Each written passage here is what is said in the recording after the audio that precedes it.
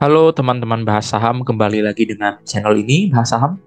Pada kesempatan kali ini saya akan coba membahas salah satu saham yang menurut analisis saya pribadi itu masih memiliki potensi sangat besar ke depannya, teman-teman.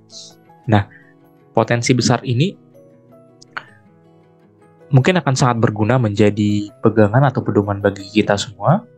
Bahwasanya di saat sekarang, pada saat saya membuat video ini, harganya memang turun signifikan, dikarenakan memang secara umum pendapatan dan juga labanya turun dengan cukup besar. Tetapi hal itu menurut saya akan menjadi sebuah siklus. Ada saatnya nanti potensi untuk peningkatan pendapatan maupun laba bersihnya akan meningkat kembali ke depannya. Jadi langsung saja, seperti biasa saya langsung menganalisis dari sisi fundamentalnya. Yang pertama, laba bersih. Untuk emiten Adaro ini memiliki laba bersih sampai dengan kuartal ketiga itu sebesar 18,8 triliun apabila dirupiahkan. Nah, di sini terlihat menarik bahwasanya dari tahun 2022 itu dia sudah mencatatkan laba itu mencapai 38,7 triliun. Nah, ini mengapa saya katakan sekarang posisinya memang emiten ini mencatatkan penurunan yang signifikan dari sisi labanya, teman-teman. Seandainya ini nanti di kuartal keempat juga sudah mengeluarkan laporan, saya rasa untuk mencapai angka 30 triliun itu menurut saya tidak akan bisa dicapai atau akan mencatatkan paling di kisaran 20 triliunan, teman-teman. Tapi walaupun begitu, emiten ini masih mencatatkan laba yang bisa dikatakan masih cukup besar walaupun memang terjadi penurunan. Untuk lebih jelasnya di sini dari grafiknya, laba bersihnya signifikansi tertinggi yang diraih itu berada di tahun 2022, mana hampir mencapai 40 triliunan, teman-teman. Nah, tetapi di 2023 penurunannya signifikan, tapi kalau kita bandingkan dengan periode-periode sebelum tahun 2022, di tahun 2021 juga sebenarnya termasuk signifikan. Tetapi event yang terjadi di tahun 2022 ini yang mengangkat labanya cukup tinggi ini terlihat sangat-sangat signifikan sehingga mengakibatkan laba yang diraih di tahun 2023 ini walaupun sebenarnya di sini sudah cukup maksimal atau signifikan apabila dibandingkan dengan periode-periode dari tahun 2018. Nah, itu tadi saya katakan kenapa kalau misalnya seandainya kita menghilangkan grafik di 2022 ini, sebenarnya di tahun 2023 ini masih dikatakan memiliki potensi karena mendapatkan atau mencatatkan laba bersih yang sangat-sangat tinggi sebenarnya, teman-teman. Nah, tapi dari sisi perbandingan tahun ke tahun secara annual dari 2022 ke 2023 terlihat ada penurunan sebesar 51%. Tapi bukan berarti ini merupakan hal yang buruk, teman-teman. Oke, lanjut saja ke ekuitasnya. Ekuitasnya di sini tercatatkan sebesar 104 triliun. Ini merupakan ekuitas yang sangat fantastis, bisa dilihat dari grafik di sini. Di tahun 2021 terus mengalami peningkatan yang cukup signifikan.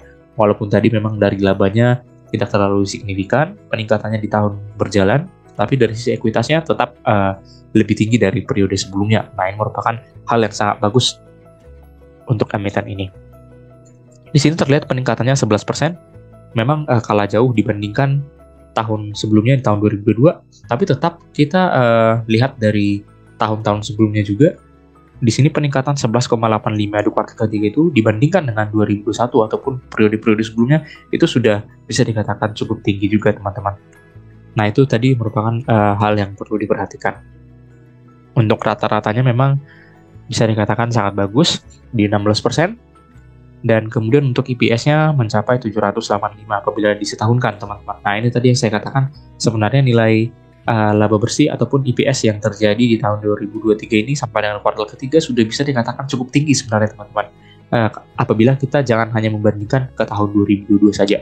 Kita lihat di tahun 2021. Ini sudah sangat-sangat jauh dan bisa saja ini bertambah lebih besar lagi kalau memang nanti di kuartal keempat terbukti adanya peningkatan yang bisa dikatakan masih signifikan ataupun setara dengan peningkatan-peningkatan periode-periode sebelumnya yang pengecualian di tahun 2022. Kemudian untuk saham beredarnya di sini tetap sama dari tahun ke tahun di 31 miliar. Kemudian dari sisi utangnya, kalau kita lihat grafik di sini, utangnya ini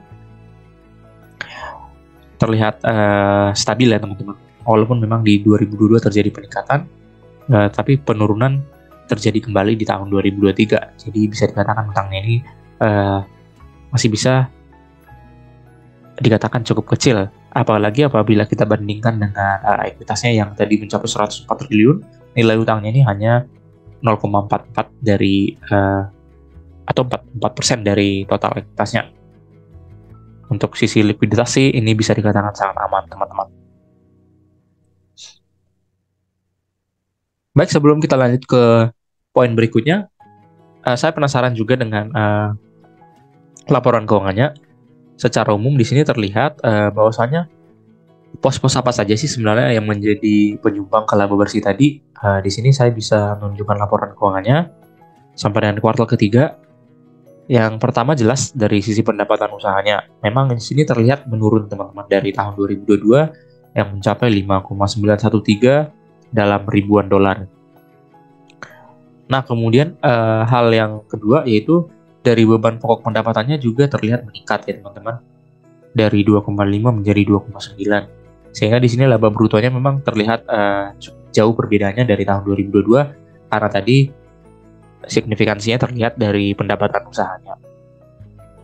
Kira-kira kenapa terjadi penurunan dari sisi pendapatan? Hal itu mungkin diakibatkan dari harga pasar batubara yang mungkin menurun teman-teman. Jadi itu berakibat kepada harga penjualan ataupun pendapatan yang dihasilkan dari emiten ini. Tapi seperti yang saya katakan tadi, nanti kemudian siklusnya akan berganti kembali. Bisa saja permintaan batubara akan meningkat kembali, sehingga tentunya semakin tinggi permintaan, harganya juga akan terkerek naik kembali, dan itu juga akan berdampak positif terhadap pendapatan. Tapi seperti yang saya tadi katakan, itu ada siklusnya, dan mungkin sekarang adalah siklus yang terjadi penurunan dari harganya. Bisa saja nanti di tahun depan ataupun tahun-tahun berikutnya terjadi peningkatan yang signifikan kembali di harga jualnya karena seiring dengan peningkatan permintaan. Nah, itu akan mengkerek kembali harga dari emiten ini. Secara umum memang yang menjadi faktor pengaruh penurunan laba itu memang mayoritas diakibatkan dari penurunan pendapatan usahanya tadi, teman-teman. Baik, kita lanjutkan ke ROE-nya. Nah, ini yang saya katakan kenapa emiten ini sangat-sangat menarik sebenarnya. Karena dari sisi kemampuan dia menghasilkan laba itu sangat-sangat besar, teman-teman. Di sini dari periode tahun 2021 saja dia sudah mencatatkan nilai ROE 22,57%. Dan di tahun 2022 seiring dengan peningkatan laba yang signifikan tadi, dia bahkan mencapai 41%. Dan sekarang di 23,9 itu bisa dikatakan sangat-sangat besar. Artinya emiten ini menghasilkan laba itu sangat fantastis, teman-teman. Walaupun memang tadi secara umum ini menurun dari periode sebelumnya. Tapi tetap saja kemampuannya menghasilkan laba itu sangat bagus dan sangat-sangat menarik. Baik, dengan dasar data laporan keuangan tadi, di sini ada beberapa hal yang bisa kita tarik. Yang pertama itu untuk nilai PBV sekarang di 0,8 dan nilai PER-nya di 3,2. Artinya emiten ini walaupun bagus mencatatkan laba, dia pasti dihargai di bawah harga bukunya, teman-teman. Perlu diketahui juga emiten ini memberikan dividen. Artinya peningkatan ekuitas itu tentunya akan berkurang. Tapi di sini masih tercatat berada di bawah harga buku. Nah, ini mengapa saya lebih memilih membahas Adaro daripada saham energi atau pertambangan lainnya. Karena hanya Adaro saja saya lihat yang memiliki nilai PBV masih di bawah nilai bukunya, nilai buku 1, teman-teman. Dan itu pertanda bahwasanya emiten ini masih dihargai di bawah nilai bukunya. Setidaknya di harga buku 1, teman-teman. Nah, kalau dia meraih harga nilai buku 1 itu, harusnya nilai bukunya itu berada di 3.200. Dan harga sekarang pada saat saya membuat video ini masih berada di 2.540, teman-teman. Nah, itu kenapa apabila dia mencapai angka 3.200 itu akan tentunya menghasilkan gain bagi kita. Nah, kemudian dari sisi PER-nya tadi masih berada di 3,2, artinya masih sangat-sangat jauh dari PER wajar yang ke-10 Dan di sini dapat berdasarkan data pair itu harga emiten ini seharusnya dihargai di 7.850. Nah, seperti biasa saya combine, didapat angka di 5.563. Dengan membeli di harga sekarang, kita akan mendapatkan one bagger potensi gain, teman-teman. Dan seperti yang saya tunjukkan tadi, nilai MOS-nya juga masih berada di atas 30%. Artinya dengan membeli di harga sekarang, risiko untuk mengalami penurunan harga itu mungkin akan sangat-sangat kecil, walaupun memang tidak bisa dikatakan nol, teman-teman. Nah, kemudian untuk analisis lanjutan, rata-rata PBV dan PER selama 5 tahun terakhir, seharusnya harga wajar emiten ini berada di 3.800. Dan di sini MOS-nya masih sangat bagus, berada di angka 30% ke atas, sehingga gain yang bisa didapatkan dengan mengikuti harga wajar berdasarkan historis PBV dan PER saja berada di 51% potensi gain, teman-teman. Nah, kemudian dari sisi teknikalnya, di sini pada saat harganya di 2.540, yaitu harga sekarang pada saat video ini dibuat, dia itu sebenarnya berada di titik resisten, teman-teman. Resisten di tahun-tahun atau periode sebelumnya, di tahun 2011, yang pernah menjadi titik resisten yang saya katakan tadi. Di 2018 juga ini menjadi titik resisten di angka 2.500-an, teman-teman. Kalau saya tidak salah, ya 2.500. Nah, di sini terlihat pada saat emiten ini menyentuh harga 2.500-an atau di 2.300-an, dia sepertinya mengalami pantulan harga, teman-teman. Yang artinya apa? Mungkin di sini terkonfirmasi untuk titik resisten di periode 2011 dan juga 2018 ini mungkin sudah terkonfirmasi menjadi titik support baru dari emiten ini.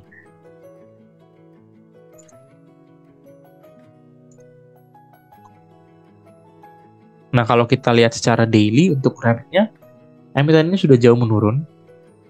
Di tahun 2022 dia mencapai angka hampir 4.000. Dia terus mengalami penurunan sampai dengan di tahun 2023 bulan atau periode bulan Mei. Nah, dari Mei dia sudah mengalami bullish kembali dan menurun kembali dari periode bulan September dan menurun kembali ke bulan November, teman-teman. Nah, di sini terlihat terjadi peningkatan yang tidak terlalu besar dari sisi volumenya juga masih kecil.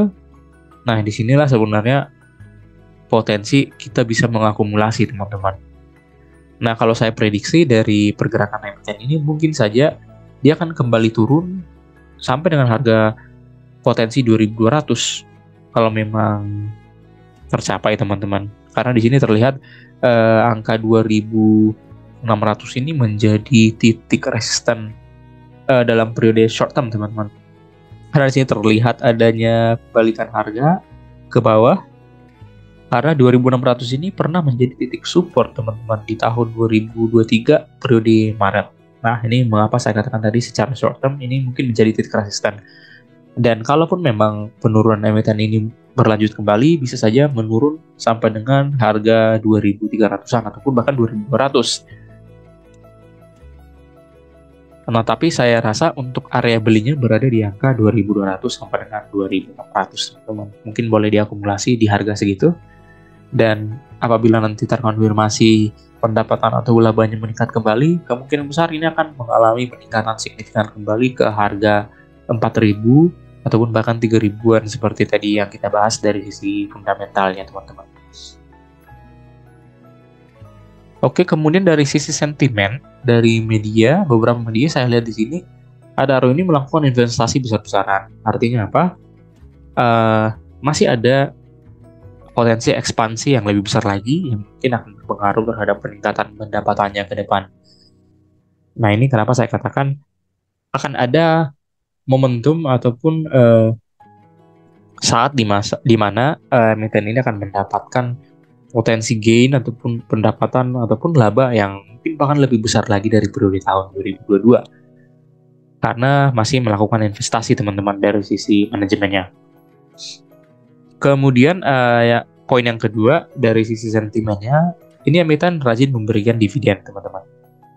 Sampai dengan sekarang harga emiten ini di 2.540 apabila dia tetap memberikan dividen dengan jumlah yang sama dari periode sebelumnya yang mencapai angka 40% dari earning per share-nya, yaitu di harga 492 per lembar saham, maka tentunya kita akan mendapatkan dividen yield sebesar 19%.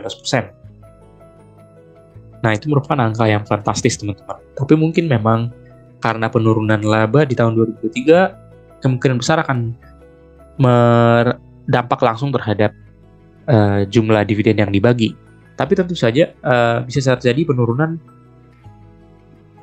lebih dari 5%, tapi yang saya prediksi emiten ini tetap akan mendapatkan dividen yield di tahun 2023 di atas 10%. Nah, ini merupakan hal yang cukup menarik bagi teman-teman investor yang memang mencari cuannya dari dividen yang akan dibayarkan dari emiten ini, teman-teman.